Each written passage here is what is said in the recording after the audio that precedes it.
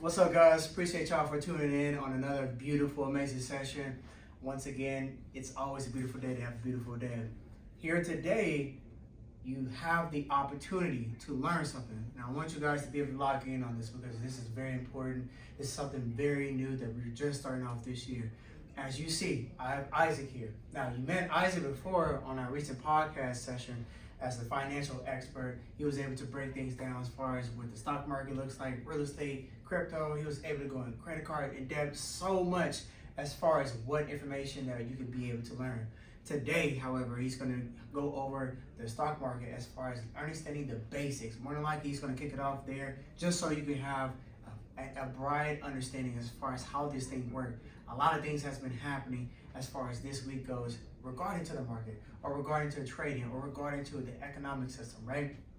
How you can be involved, how you can learn from that is through Isaac, right? So Isaac's gonna break those things down. He's gonna go into depth as far as understanding the stock market, what that looks like, giving you the fundamentals and so on. So without further ado, here's Isaac. Yes, sir. So first off, appreciate you for having me, Shamari. Yes, sir. Yes, sir. Pretty much like you said, I'm be going over pretty basic fundamentals in the stock market, different wealth building strategies, and everything in between, pretty much. So first off, the topic today being invest like the top 1%. So first off, a lot of y'all are probably wondering, why is investing important? Well, I like to think of investing as the most efficient way when it comes to the stock market. When you're investing in the stock market, I like to think of investing as the most efficient and effective way to building generational wealth and being able to retire your family and take care of your loved ones. So of course there are different ways to invest. You have real estate, you can do crypto, of course stocks like we talked about, bonds, which is not that good right now, so I don't even want to talk about that. But there's multiple ways that you can invest. But investing in the stock market, everything involving that is the best way to go. So first off, getting started is, what is a stock? So write this down for y'all.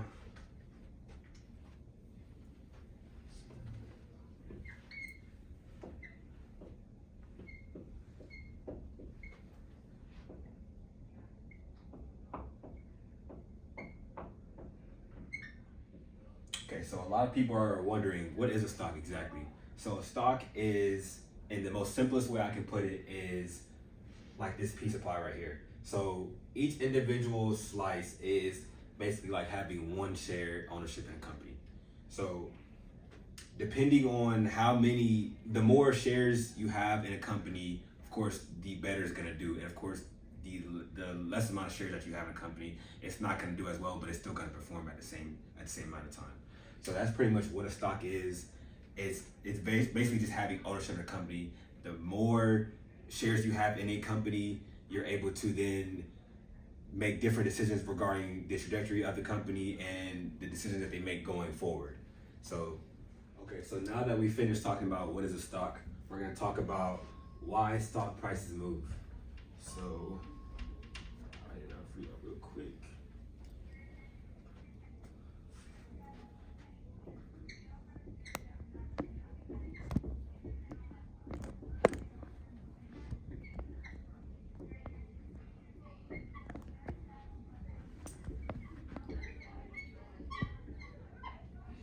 Okay, so why do stock prices move? So there are definitely multiple reasons why they move. It can deal with the economy, the government, different wars that's happening. There's so many things that can make the stock market go up and down. And I've fallen victim to thinking when the earnings reports comes out that just because they have good earnings reports that is gonna make the stock go up. But you really never know. Like nobody can ever predict the reason why a stock will go up and down. It's so many different factors that go into it, and you really can't predict it. You can have a good clue, a good idea of why or if it will go up or down, but at the end of the day, nobody's ever 100% sure. So stock prices move daily. They can move 10 days straight going up, and then one day it can have the worst day of its history. So nobody ever really knows. The good news is though that the majority of the time the stock market is determined to be positive. There are multiple studies, multiple statistics that show that more often than not the stock market is positive and it is up the majority of the time. So, but you do have to remember that when it is down, not to panic. when the stock market's down, that's people, start to panic and think the worst and start to think, oh, this is why I shouldn't have invested in stocks. This is why I shouldn't have done this. No, when the stock market's down, that's when you need to be putting your money towards it. That's when you need to be investing in the best time, because then you can get all the stocks at a discount. So when everybody's panicking, selling off shares, that's when you need to move in and buy those shares up, because you're gonna get them at a discounted price, and you're able to get more bang for your buck at the end of the day.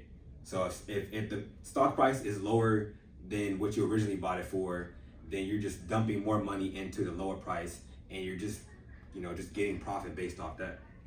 So that's pretty much the reason why stock prices move up and down. Can you tell us what type of stocks there are? So we have multiple types of stocks. Let me see. So first we have what people call blue chip stocks.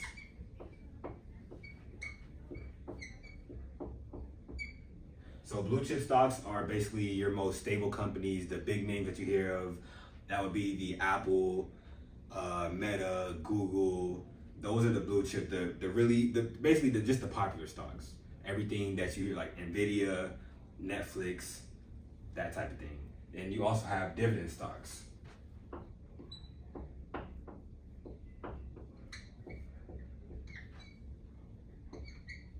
So a little explanation on dividends. Dividends are just basically a little payout that the stock company gives you for owning shares of the company. So they'll pay you a little portion of the shares that you have in a reoccurring. Maybe it depends on the company. Every company decides when and how often they want to pay you the dividends. But basically, it's like you can use it think of it as passive income. So the more money you have in the stock, the more shares you have, the more you're gonna get in dividends. So that's what a dividend stock is. So you have multiple dividend stocks. You have things like Pepsi, Raytheon, multiple stocks like that. Third stocks that there are, let me see, we have growth stocks. So growth stocks are basically kind of almost like the blue chip stocks. So they're almost like blue chip stocks as well, except these are companies that are gonna always grow. Like, of course, all stocks have their downturns, but it's gonna be growing and going up. Like, again, the big names: Nvidia, Apple, Netflix, Tesla. That's another good one. So that's different types of stocks right there.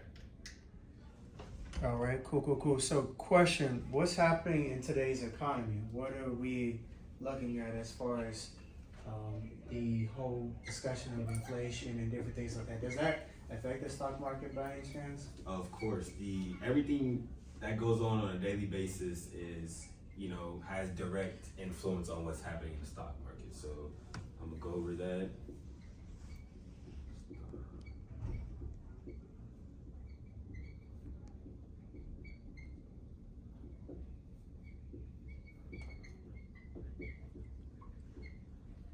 So one of the big words that everybody's been talking about for the last couple years is the word inflation. So inflation pretty much is meaning how much buying power we have, how much or how our money stretches. So the buying power that we have in different situations. So when inflation goes up, that's not good for the consumers, because that means our money, our dollar, has less buying power, and we basically are getting less than what we're paying for. So if inflation is stable and everything's good, say we have $1 and then inflation goes up, that dollar is not going to get us what it got beforehand. It's gonna question. So if inflation is happening in an economy, is the economy doing good or bad?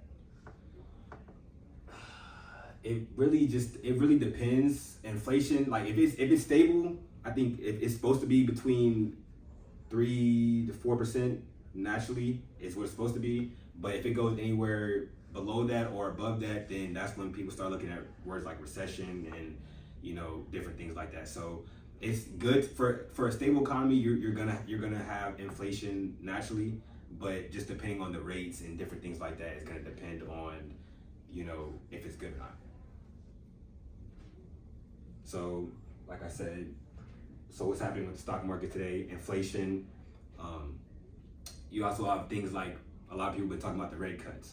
So getting more into that, rate cuts pretty much meaning when the Federal Reserve cuts interest rates, that's good for the consumers and business owners because you're basically able to borrow money at less of an interest rate. So people have been asking, or people are always wondering, oh, I see, you hear the names Jerome Powell, and you always hear alerts about the Fed chair and what's going on with the Federal Reserve and what the rate cuts mean for us whenever they say they cut it by a percentage or a quarter point, 0.25%, of course. That pretty much just means that we're able to borrow money at less of an interest rate. So that could be good for us, but at the same time, over time, it might not be the best thing. So that's what's going on with the economy. Of course, you have different wars. So why wouldn't they cut rates more often? How could that be negative to anyone in the economy? Why don't they cut rates more often? Trying to figure out a way to answer this. So they do their reviews 8 times a year. So 8 times a year is depending on the market, depending on the how stable the economy is, the job market makes them determine if they should cut rates or not. So as you know, like everything's been going down, people have been losing their jobs, everything's more expensive, and they're trying to cut. They're cutting rates to make it kind of easier for us. In the short term, it's not going to be a long-term solution, but in the short term, it kind of is because, like I said, if you're borrowing money from different places, it's basically letting you be able to stretch your money further.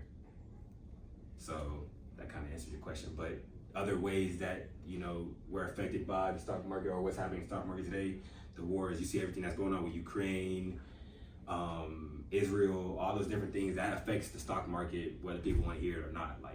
And a lot of people don't know this, but this is the perfect time to be investing in the defense companies. So there are multiple defense companies, like I said, Raytheon, Lockheed Martin, that's another good one. And they're profiting off this because they're getting government contracts while all these wars are going on.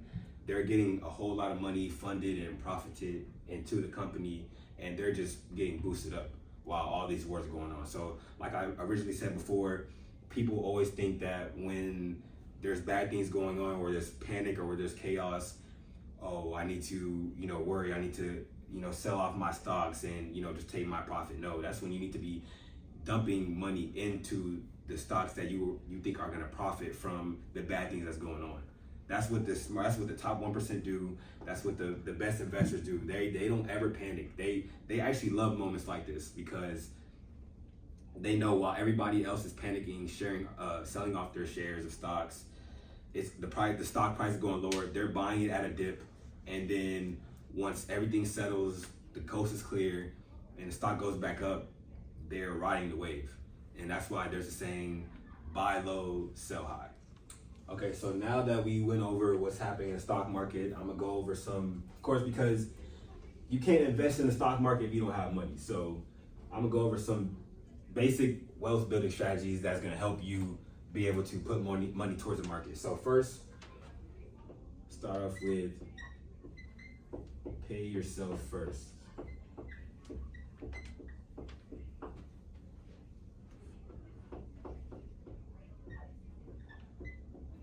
So what I mean by pay yourself first, too many people, when they get their paycheck or when they get any type of money coming in, they're always thinking, okay, let me go get these new shoes, let me go to the club, let me go spend it on unnecessary things.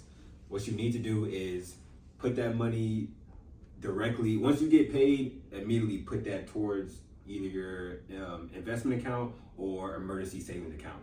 So what I like to tell people all the time is automate the money coming out of your checking account so you don't even see it, or no, you're gonna see it, but so you don't have a say in whether it comes or goes.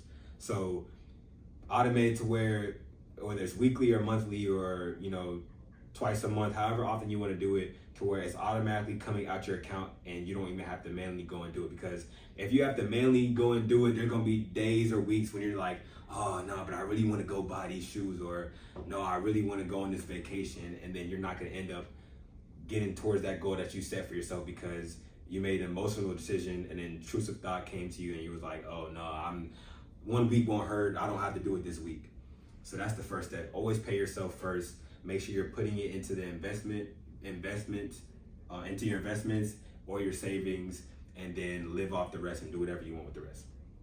So second is, make sure once you do have the money to be able to put into the stock market, make sure you diversify.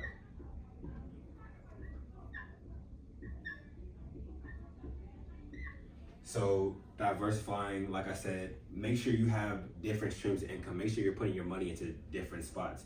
So have a little bit of money in ETFs, have a little bit of money in regular stocks, index funds, real estate, crypto.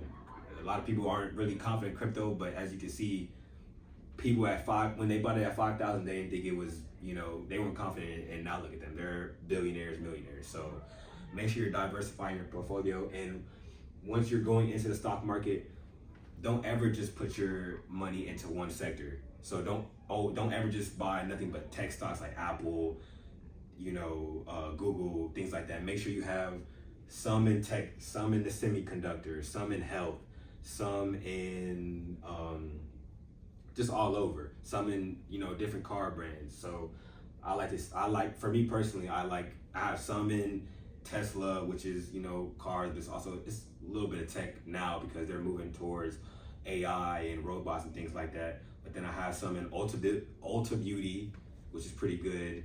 Then I have some in Google, Nvidia. You want to make sure you have it all spread out, because if you have all your stocks in one sector, if that sector does bad, you're losing all your money, and nobody wants to lose all your money. You're gonna check your brokerage account, and you're gonna see you lost a lot of your money, and you're not gonna be satisfied. You're gonna probably make an emotional decision and give up on investing.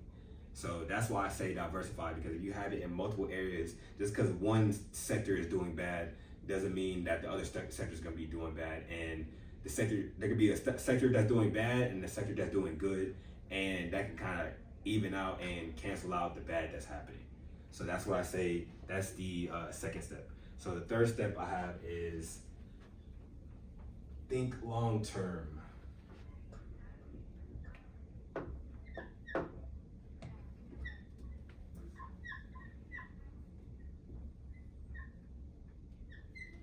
So when I say think long term, a lot of people like to think in the short term. They like to think of what's going to satisfy me now, what's going to help me now. That's not how investing should be thought of.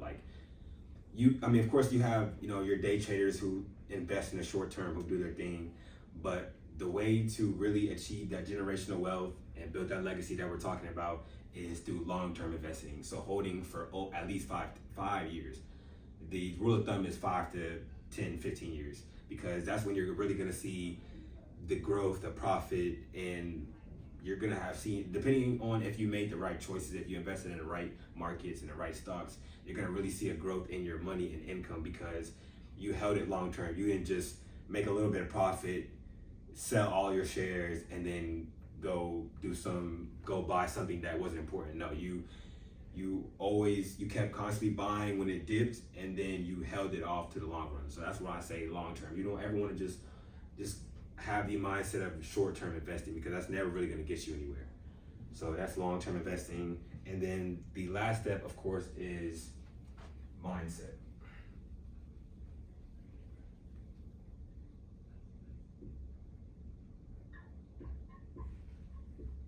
So in my opinion, this is probably the most important step. Of course, you need the money, like I said in the first step of building that wealth. You need money to be able to put into the stocks.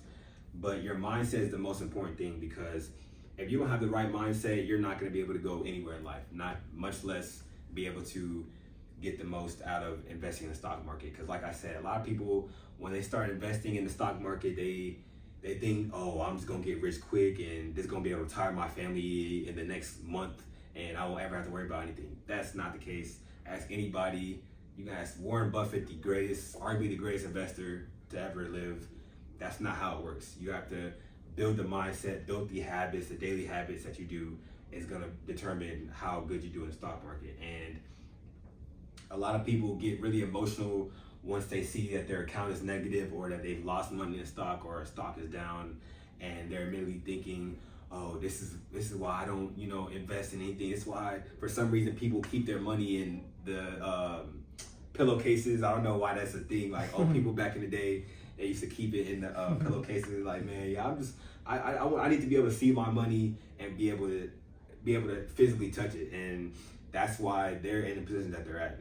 Nothing against them, of course, but if you're trying to break that generational curse, if you're trying to be the person in your family that can take care of everybody and set that standard, then you need to not be emotional. You need to make sure you're building habits and you have that mindset and you're doing things daily that is gonna get you to where you want to be. So like I said, don't be emotional. Stock market's gonna go up and down. Like I said before, more times than not, more months than not, it's gonna be positive. So when it's down, the only thing you should be worrying about is, okay, let me put more money into that. Let me research why it's down. Let me do some more investigating and try and figure out, because that's only gonna better your knowledge. So when the market's down, just don't even look at your account as much. If that's gonna help you from selling off all your shares, just put some money into it while it's down if you really believe in it, and then just let it grow. And then, because the next month you're probably gonna look back on it and be like, dang, I'm glad I bought it at the low because I was able to capitalize while everybody else was panicking. So that's the last and final step for building wealth. That's it. Okay. Boy, I can do this. I'm sitting up here, so that way I'll be off in that space. Okay. So now that we pretty much answered or pretty much go over all the topics, Isaac is going to now do a Q&A as far as what people may have questions about. And this is just a complete open question. There's no filters, no cover-ups, just straightforward with it. Okay. Anybody got any questions, Manny? What do you know about high percentage yield savings with banks, or what route should people go as far as putting their money inside of Okay, banks? so high yield savings.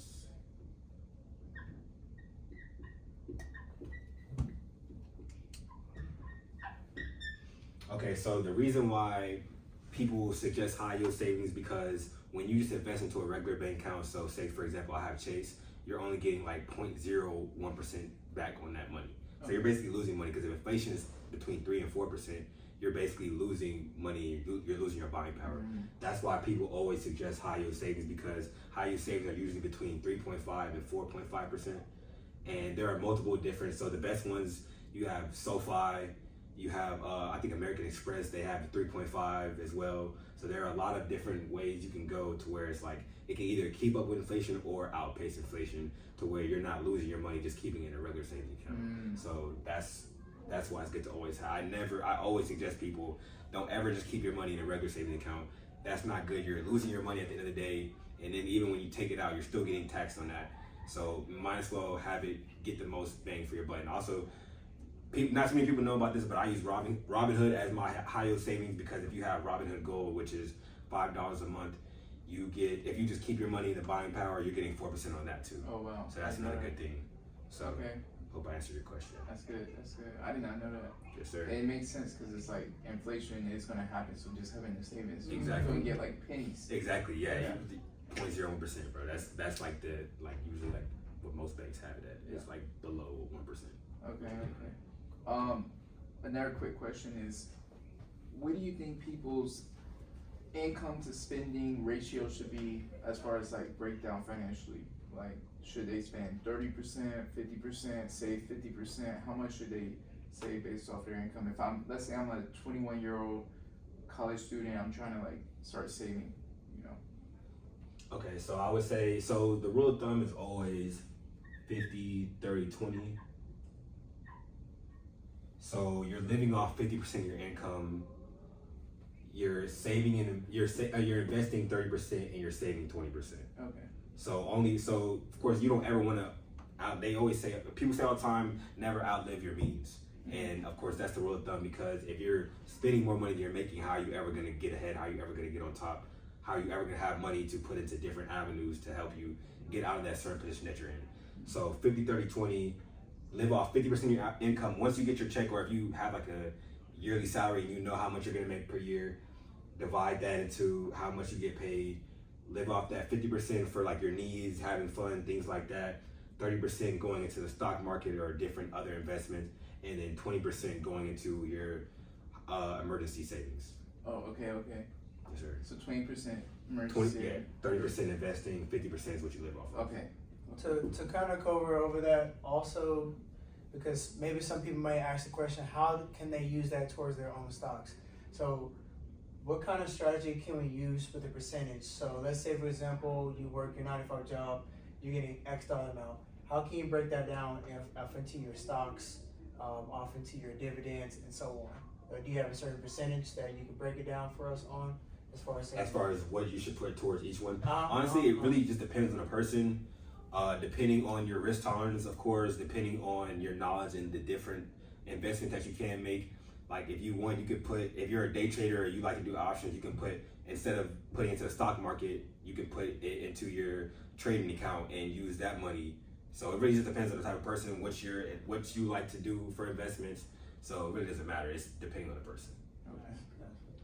Okay. You got a question?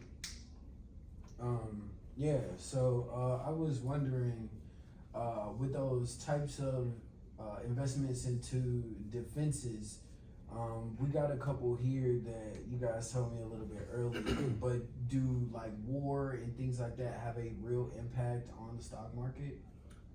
For sure. Wars, everything that happened like globally is what has an impact on the stock market, whether it's politics, the government, different wars, inflation, all things like that. So of course, like the big war that's going on right now between, Palestine and Israel. I think you had a question of like how is everything's getting funded, and of course, unpopular opinion, and people may not agree, but U.S. is funding a lot of the defense for Israel.